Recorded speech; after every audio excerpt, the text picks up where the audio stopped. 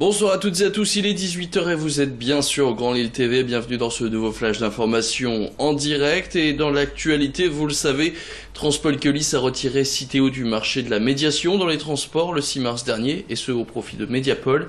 Et depuis, les salariés de Citeo multiplient les actions de mobilisation pour éviter de perdre leurs emplois.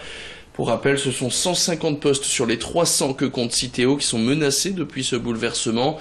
Les représentants du syndicat ont tenu une réunion vendredi avec une centaine de salariés pour former un mouvement de contestation qui prendra forme, par exemple, demain, mardi, avec une grève reconductible.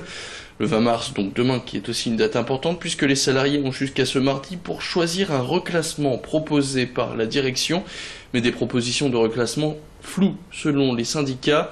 À les croire, les conditions de reprise des salariés seraient encore inconnues.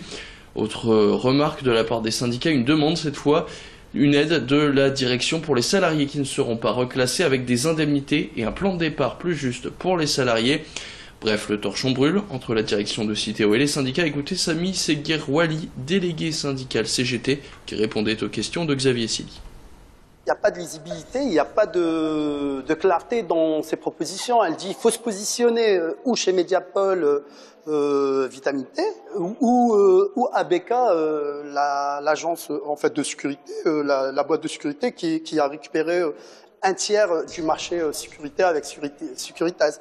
Elle dit que ABK, ils nous feront une formation de 200 heures, mais dans quelles conditions les gens ou les salariés ils seront récupérés? Est-ce qu'il y a la portée de l'ancienneté? Est-ce que au niveau de salaire, elle n'en a pas parlé? Est-ce qu'il y aura des CDI ou non?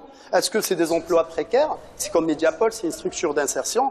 On aimerait bien savoir dans quelles conditions ils seront récupérés. Je veux dire, les gens qui ont une vingtaine d'années, qui sont en CDI depuis peut-être 98, 99.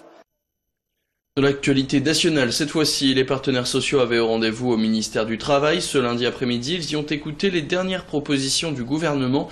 Des propositions censées mieux contrôler les demandeurs d'emploi.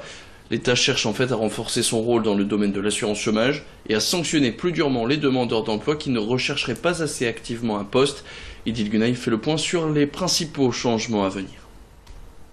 Aujourd'hui, un demandeur d'emploi qui ne se présente pas à un rendez-vous Pôle emploi risque 2 mois de radiation, une période pendant laquelle ses allocations chômage sont suspendues. Parallèlement, un chômeur qui ne cherche pas activement un travail risque 2 semaines de radiation. Eh bien, le gouvernement entend les sanctionner plus sévèrement.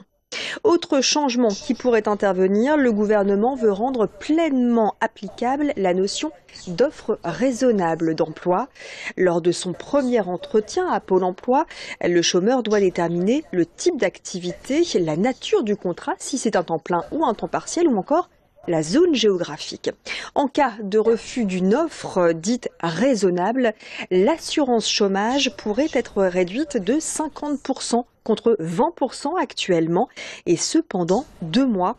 En cas de récidive, l'allocation serait supprimée pendant 2 mois supplémentaires. Ces changements sont actuellement en discussion avec les partenaires sociaux.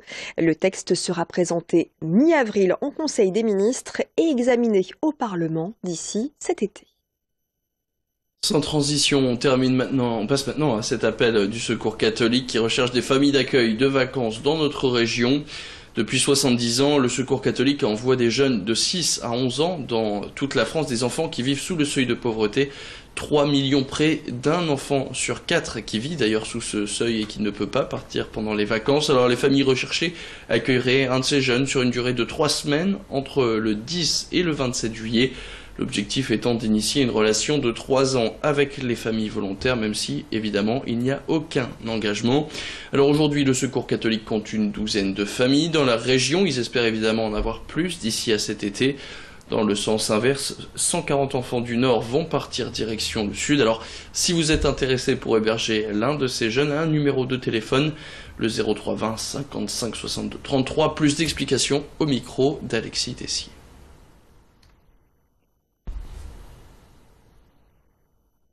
La mission de la famille est de vivre leur quotidien avec les enfants. Donc l'idée c'est de proposer effectivement à la famille d'accompagner un enfant sur un projet donc de 3 ans, puisque c'est un projet d'accompagnement de 3 ans, bien sûr, il ne s'engage pas dans la durée, de recevoir donc cet enfant et de vivre un quotidien classique avec elle en lui proposant malgré tout des activités ludiques, sorties, culturelles, etc. L'idée de ne pas en faire trop et de ne pas faire des vacances extraordinaires spécifiquement puisque l'enfant est là. Alors, nous recherchons des familles de préférence qui ont des enfants dans la tranche d'âge qui correspondent donc à l'accueil d'un nouvel enfant, c'est-à-dire entre 6 et 11 ans. Ce qu'on propose pour un premier départ donc aux enfants de partir entre 6 et 11 ans. Après, si ce sont des grands-parents qui ont des petits-enfants qui viennent jouer à la maison, etc., ça nous va également. Et puis ce week-end, c'était le salon Immotissimo à Lille Grand Palais, salon dédié à l'investissement immobilier.